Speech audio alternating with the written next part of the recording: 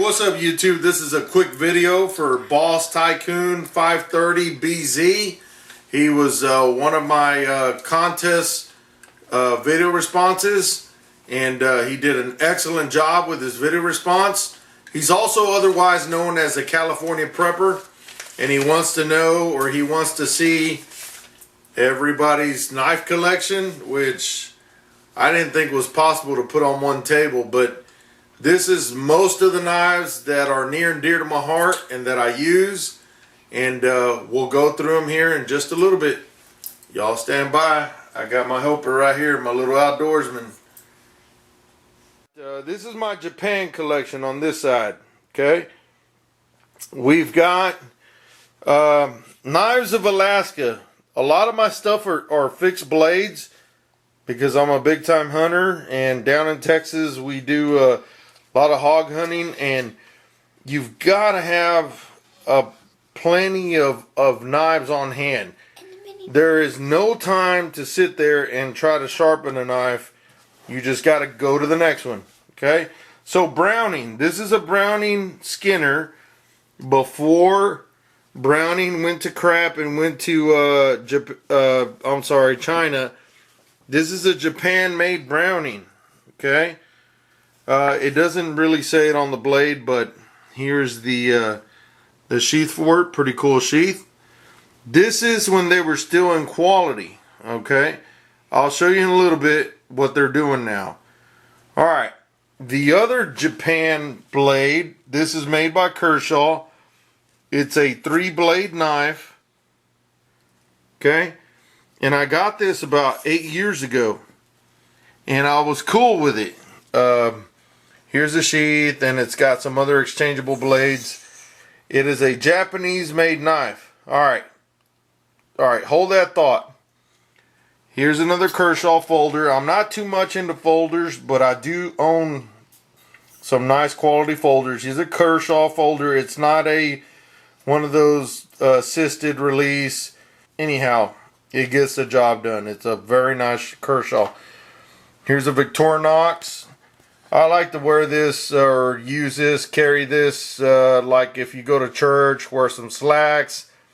It just slips in your pocket real nice and easy.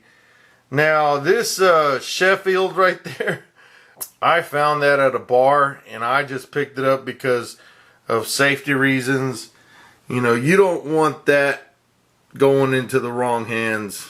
Okay, I DJ for a very part-time basis as a side gig, and while I was DJing, I found that at a bar, and that's not good if it's in somebody's wrong hands. Anyways, that's a Sheffield brand. If anybody can elaborate on a Sheffield, we got the Victorinox, Swiss made. Okay, we got Kershaw, Japanese made. Now, for my China collection, here we go. Does that look familiar? A little bit. Okay, look at those handles. Okay, 8 years ago, Kershaw used to have that 3-blade made in Japan.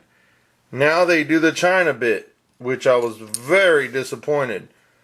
There's the newer sheath with the exchangeable blades. And anyways, the reason why I'm very disappointed, number one, is China made, and number two, it doesn't hold firm in there. What good is a knife when the blade doesn't hold in there very good? Okay, now here is another Kershaw product. Those of you that are not hunters, this is a gut hook. Okay, enough said. Here in Texas, we use it for pigs. You can see the China right there. This is a decent product. I'm not gonna knock that at all. Okay, it does do the job. Okay, next up, we have these old timers. Okay, these old timers, to my surprise, have a very decent edge. I've actually dedicated them to the campsite. We use these to cut onions, tomatoes, whatever. Those are just standbys for the kitchen. Now, This other China-made thing, Browning. Yes, Browning. Where did you end up, Browning? Look at that, China. Okay, big old 7-inch blade, zombie apocalypse knife. Okay, whatever. I just bought it for the name, guys. Alright, to my pride and joys, up here, Leatherman Blast. Little camouflage Leatherman. Absolutely love that blade, that multi-tool. It's got all kinds of tools in it.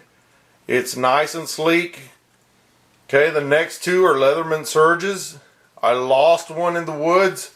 They're unbelievably sharp from Leatherman. You really don't have to touch them up unless you really use them really hard and you know, just give them a run for their money.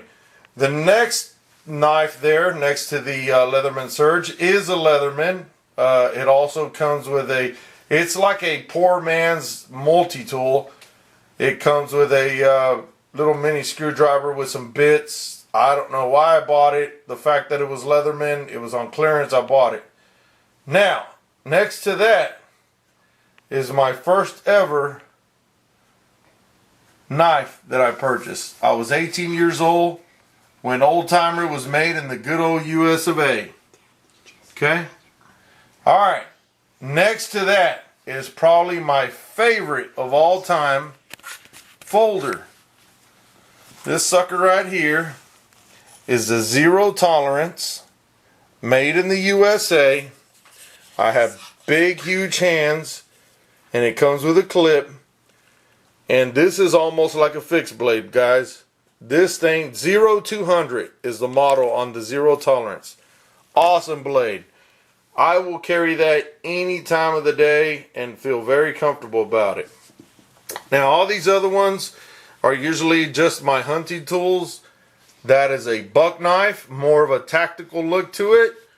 This is an Old Timer. I believe this is called the Sharp Finger, also made in the US of A back in the good old days. And these three are buck knives also. And they're hunting knives, skinning knives with the gut hook. And these other two guys are just, one of them is, well, I just gave away one of these guys, a buck knife. And a Superfly Fat Guy out there won one of these.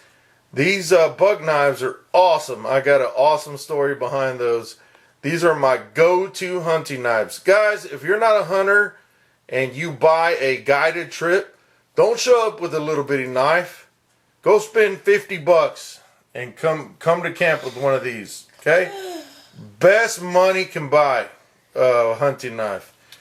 This is a buck hunting axe. Very, very sharp little axe, even though it's plastic. That head on it is awesome. Very dependable. And these guys right here, I just want to show y'all something. These guys are made from truck springs in Nepal.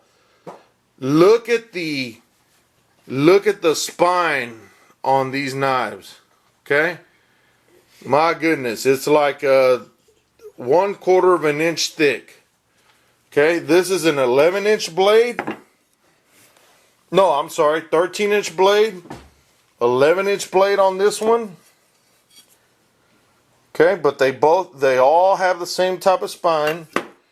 And then the mini prints, 8-inch blade with an awesome spine.